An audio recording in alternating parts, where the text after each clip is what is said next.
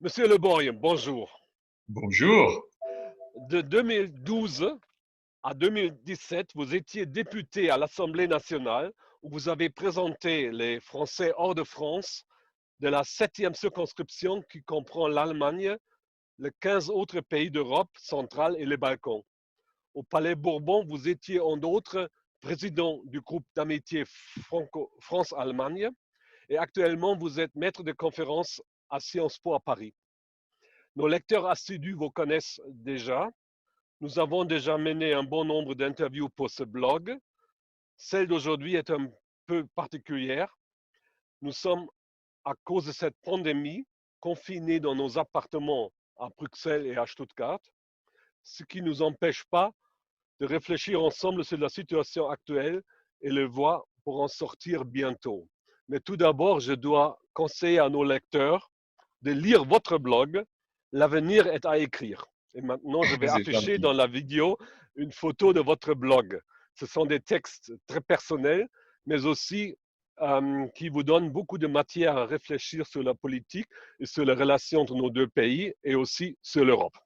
Bon, ceci dit, monsieur, vous et votre famille, vous allez bien. Vous avez trouvé une bonne organisation, un bon rythme pour ce confinement et pour vos travaux personnels. Oui, je pense, oui. Je suis dans ma maison à Bruxelles. Je travaille déjà de la maison, hors situation de confinement. Donc, pour moi, en particulier, ça ne change pas grand-chose. Pour mes enfants qui sont petits, ils ont 8 ans, 6 ans et 5 ans, c'est en revanche très différent. Donc, depuis maintenant un peu plus d'un mois, je m'occupe d'eux. Euh, je fais un peu la classe pour deux des trois, parfois aussi pour le plus grand. Et c'est une organisation différente, oui, c'est passer bien plus de temps ensemble à des heures qui en général sont des heures qui nous séparent. À 10 heures, 11 heures du matin, un mardi, un jeudi, c'est à l'école qu'ils sont et c'est tout seul que je me trouve dans la maison. C'est aussi peut-être de trouver du temps de jouer, de regarder quelques DVD, de penser différemment, d'occuper euh, une journée à l'intérieur de quelque chose, à l'intérieur d'une maison. Puis le confinement belge est quelque part un tout petit peu moins contraignant qu'un confinement français, par exemple, hein, au sens où je peux sortir les enfants quand je vais faire des courses. Alors en général, je ne prends pas les trois, mais je prends deux, un ou deux, pour aller faire des courses dans mon quartier. Et puis moi-même, j'essaie durant 2 heures en fin de journée de monter sur mon mountain bike et de partir dans la forêt qui est pas très loin de chez moi parce que également les règles du confinement belge autorisent la pratique du sport et même l'encouragent. C'est l'expression consacrée. Donc je fais environ 30 km de mountain bike tous les 2 jours. Et puis bien sûr, je suis auprès de mon épouse qui travaille aussi de la maison à un étage différent pour ses responsabilités à la Commission européenne. Mhm. Est-ce que vos enfants ont bien appris ce rythme entre de partager leur travail et le loisir? Moi, je les trouve courageux parce que ça n'était pas gagné d'avance. Ce sont des enfants qui ont l'habitude de sortir, l'habitude de courir dehors. Euh, Ils ont aussi l'habitude pendant les vacances, et nous sommes en ce moment dans la période des vacances de Pâques, en général de voyager vers leurs grands-parents qui sont en Bretagne, en Galice ou en Andalousie, et nous n'avons rien fait de ça, bien sûr. Nous sommes restés comme tout le monde à la maison. Et ils se Mhm. sont faits au temps de la lecture, au temps de l'échange, au temps du jeu. Je les ai vus réinvestir énormément dans leurs Lego, leurs puzzles. Euh, on a des conversations différentes parce qu'elles viennent souvent des livres qu'ils peuvent découvrir. Alors mon grand qui a 8 ans lit beaucoup, son frère qui a 6 ans un peu moins parce qu'il apprend pour le coup à lire. Donc en ce moment, par exemple, je passe pas mal de temps sur un atlas avec mon fils pour lui montrer les montagnes, les pays, les drapeaux, les capitales. Finalement, c'est des choses que je faisais moi-même il y a quelques bonnes décennies. Et c'est très sympa de les redécouvrir avec mes enfants. L'Atlas, ça me rappelle les questions de questions multiples. Quels pays sont voisins des autres? Oui, tout à fait. J'ai par exemple expliqué à mon fils de 8 ans que le pays qui a la plus grande frontière, la plus longue frontière avec la France est le Brésil. Et parce que notre travail était assez largement centré sur l'Europe. On regardait la frontière avec l'Allemagne, la frontière avec l'Italie, les montagnes. Mais après, j'ai essayé de lui expliquer que c'est pas si simple d'ailleurs, qu'il y a des territoires français hors d'Europe, et qu'il y en a un en Amérique latine, en Amérique du Sud, grand finalement, même s'il n'est pas très peuplé, la Guyane, qui a cette immense frontière avec le Brésil et qui fait que le Brésil est le pays finalement le plus frontalier avec la France. C'est magnifique. Passons à la politique. Cette crise est sans précédent. Comment jugez-vous les décisions du gouvernement français, d'abord sur le plan de la lutte contre le virus et ensuite sur le plan économique? Alors, sur le plan de la lutte contre le virus, la dimension sanitaire des choses, moi je pense que le gouvernement a fait ce qu'il pouvait en fonction de ce qu'étaient ses connaissances au moment où la décision de confiner a été prise. On peut facilement réinventer l'histoire quand on regarde les 2 mois écoulés, regretter un certain nombre de choses, à raison probablement. Par exemple, avec le recul, c'était une fort mauvaise idée d'organiser le premier tour des élections municipales le 15 mars, mais objectivement, le 11, le 12 mars, le gouvernement n'avait pas la connaissance de ce que serait la dimension, la magnitude de la pandémie dans les 2 semaines qui suivraient. Je pense qu'il faut garder ça en tête au moment d'émettre un jugement pour ne pas être trop injuste en tant que tel. Donc je crois que le gouvernement a pris les bonnes décisions, a trouvé une règle de confinement qui, je crois, est également correctement adaptée, partant du principe qu'il y a des régions en France bien plus affectées que d'autres. Je pense au Grand Est, je pense à l'Île-de-France. Et ces règles de confinement, un petit peu plus drastiques que celles que je connais ici en Belgique, étaient, je pense, juste au regard de ce que était la difficulté française à la fin du mois de mars.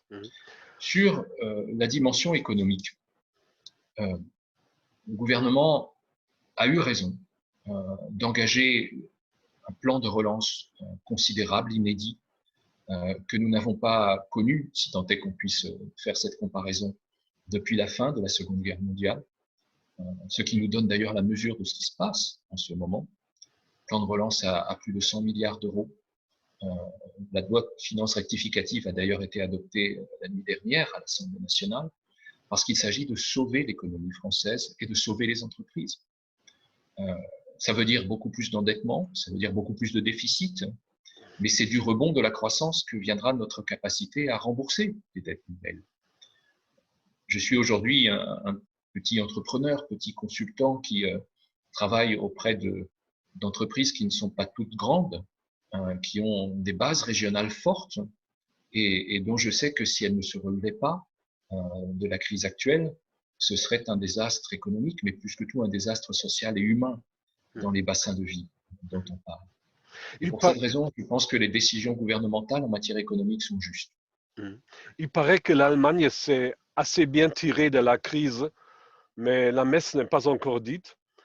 Qu'est-ce que vous pensez de ces comparaisons entre la France et l'Allemagne? Or, ce sont des comparaisons qu'il faut faire. Il y aura énormément d'enseignements à tirer de cette crise une fois que nous serons passés de l'autre côté, disons, du plus difficile. L'Allemagne s'est objectivement mieux tirée que les autres pays européens à ce jour en matière sanitaire. Pour une première raison objective, c'est qu'elle n'était pas sur la ligne de front. Les poches de développement du virus, au départ, étaient italiennes, ont été françaises, espagnoles, assez peu allemandes en tant que telles. Et puis, il y a une autre raison qu'il faut que nous comprenions, nous non-allemands, d'une certaine manière, français, espagnols, italiens et autres, c'est que l'Allemagne a un tissu hospitalier plus dense, mieux géré, mieux financé, le plus large possible, identifier les personnes qui étaient affectées par le virus et les isoler. Ce sont autant de choses que nous n'avons pas faites, nous, Français, par manque de moyens, non pas parce que nous n'avions pas pensé, mais par manque de moyens. Et l'exemple allemand, aujourd'hui, a un peu moins de 4000 morts lorsque nous nous approchons des 20 000. est quelque chose qui doit nous faire réfléchir, même si, encore une fois, je répète, l'Allemagne n'est pas sur la ligne de front sanitaire qu'ont connue l'Italie, la France ou l'Espagne, et qu'il faut garder ça aussi à l'esprit.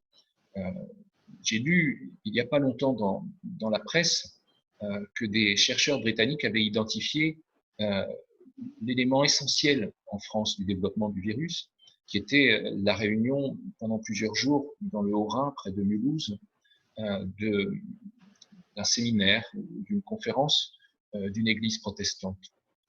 Et des gens venaient de toute la France. Et une grosse contamination est intervenue durant ces journées-là. Ensuite, les personnes retournant chez elles ont malheureusement diffusé le virus sans savoir qu'elles étaient contaminées. Nous n'aurions pas eu ça, nous, Français, que nous serions sans doute moins sur la ligne de front que nous n'avons été, et nous serions de fait plus proches d'une situation allemande. Est-ce que le mot mondialisation va trouver un autre sens une fois que cette crise sera terminée? Oui, à l'évidence. Je suis de ceux qui pensent que la mondialisation ne sera plus la même après cette crise. Ça n'est pas pour lutter contre. Comprenez-moi bien, je suis libre-échangiste de cœur, et aussi de raison d'ailleurs. Mais la mondialisation, ça ne peut pas être la loi de la jungle. Ça ne peut pas être finalement le désarmement de toutes les volontés, et notamment des volontés de protéger. Il y a dans la mondialisation aujourd'hui un échange considérable des marchandises, des services, des capitaux, qui s'est fait souvent au détriment de l'expression des préférences collectives des nations et des groupes de nations quand on prend l'Europe. Et je pense que ces préférences collectives, au sens de la précaution, doivent être mieux intégrées dans la mondialisation. Il n'est pas normal, pour prendre un exemple précis, que nous soyons dépendants d'un seul pays pour des marchandises précises. Prenez les masques, par exemple.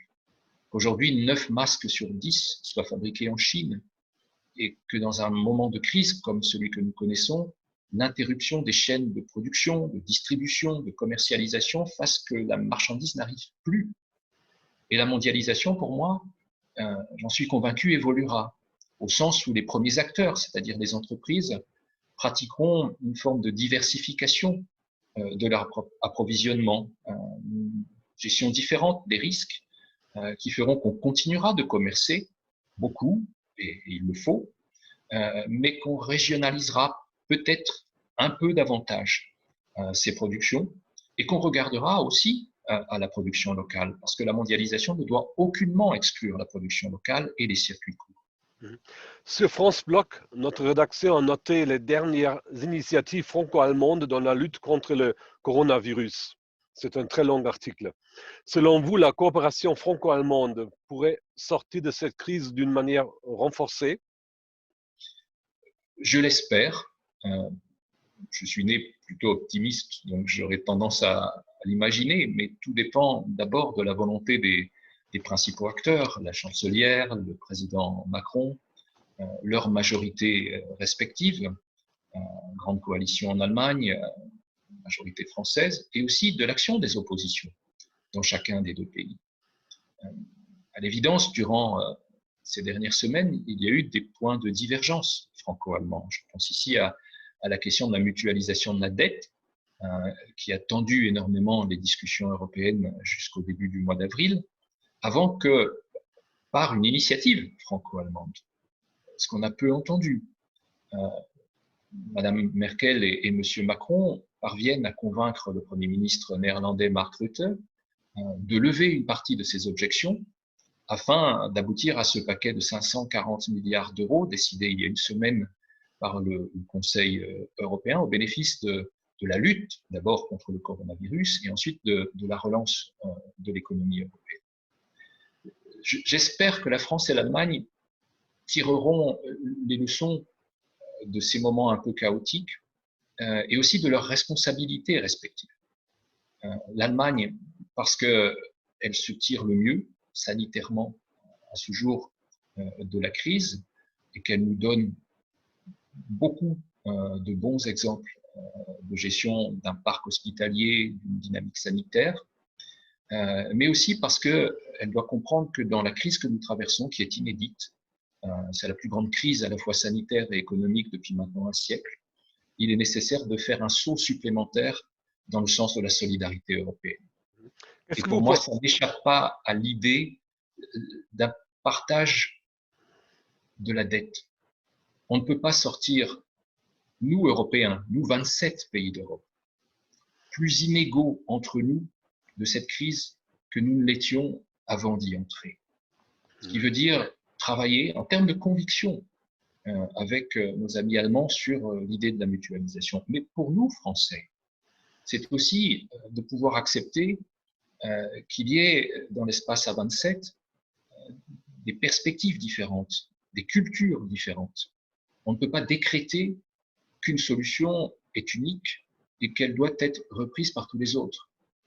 Il faut qu'on sorte un peu du tropisme assez spontané parfois de la grande nation et qu'on accepte aussi le débat entre nous et des solutions qui puissent apparaître intermédiaires et qui n'en sont pas moins des solutions encourageantes. De ce point de vue, le paquet adopté la semaine dernière, le paquet à 540 milliards d'euros, est un bon exemple. Finalement, on y trouve beaucoup. Intervention de la Banque européenne d'investissement, intervention de la Commission européenne en soutien au chômage partiel, utilisation du MES pour pouvoir aider les pays qui se retrouvent ponctuellement et lourdement dans une difficulté face à la gestion du coronavirus, et tout au bout, une réflexion que l'on n'abandonne pas, que l'on encourage sur l'idée de la mutualisation. Je pense que ce bon exemple de solution de mi-chemin, France et Allemagne doivent pouvoir les incarner.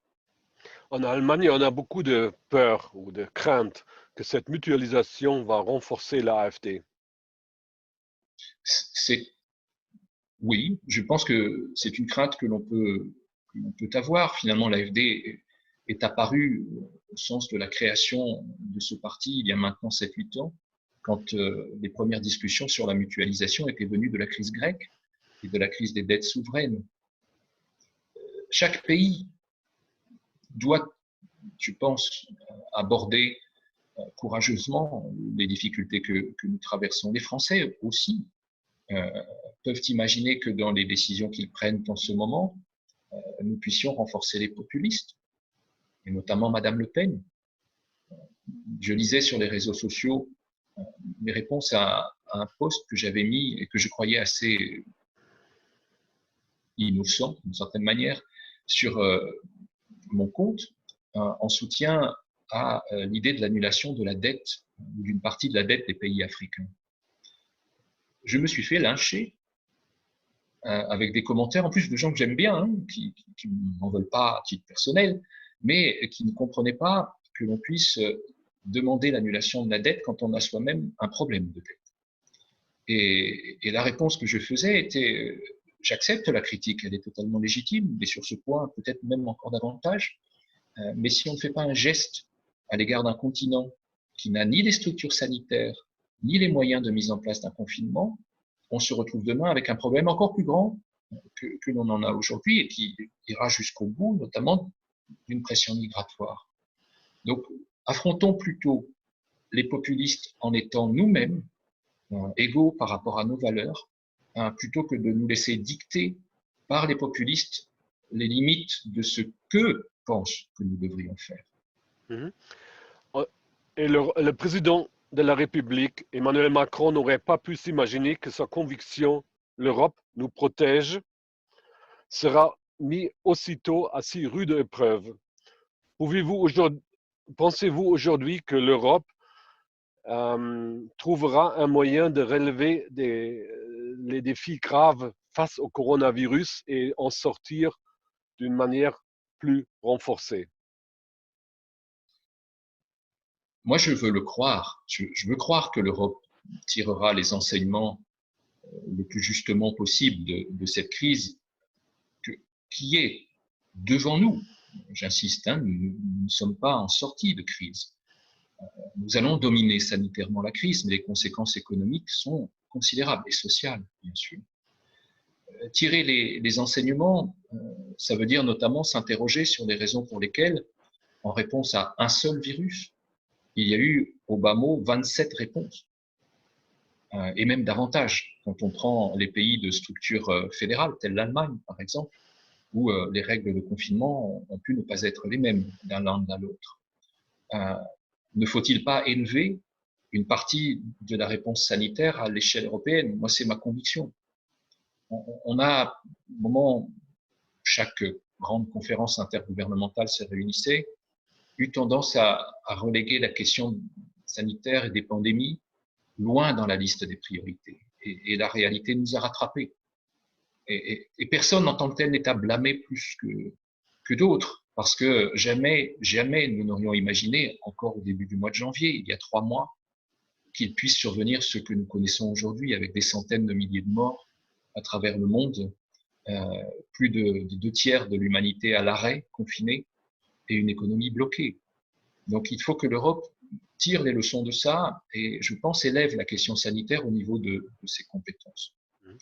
Au-delà de ça, pour moi, c'est encore une fois la question de la solidarité. Est-ce que nous sommes d'accord sur l'idée que nous partageons une communauté de destin au pluriel? Si oui, il faut aller vers un financement d'un budget européen qui soit à la hauteur de ces défis sanitaires, environnementaux, sociaux, économiques qui sont devant nous. Moi, j'espère que la réponse est oui, et je militerai comme bien d'autres pour que la réponse soit oui. Mais il faut le faire. Il faut reconnaître que nous avons devant nous des écueils considérables. Avant la crise du coronavirus, au mois de février, des débats sur les perspectives pluriannuelles financières de l'Union européenne tournaient autour de quelques centièmes de pourcentage de PIB, avec des États qui voulaient dépenser et d'autres un peu moins. Ça peut apparaître aujourd'hui parfaitement grotesque quand on regarde ce qui nous est arrivé depuis. Les sommes que l'on dépense sont des sommes qui donnent le vertige, tellement elles sont grandes. L'institution qui s'est le plus engagée, finalement, dont on parle insuffisamment, c'est la Banque centrale européenne, qui a mis 1 000 milliards d'euros sur la table. Et puis enfin, le devoir de l'Europe, c'est aussi de regarder ce qui se pratique autour d'elle. Et le package adopté par le Congrès des États-Unis est à hauteur de 2 000 milliards de dollars. Donc, ne perdons pas de vue que d'autres répondent à la crise aussi. Et notre devoir d'Européens, avec ce sens de la solidarité, est d'y répondre dans le sens de l'unité de l'Europe, de l'unité des quelques 500-600 millions d'Européens. Il faut aussi penser à ça, et c'est peut-être ce qui nous différencie d'autres régions du monde et qui fait notre force. Merci bien, monsieur. Je vous souhaite une bonne fin de confinement à vous et à votre famille. Merci beaucoup. Merci, merci. Au revoir. Au revoir.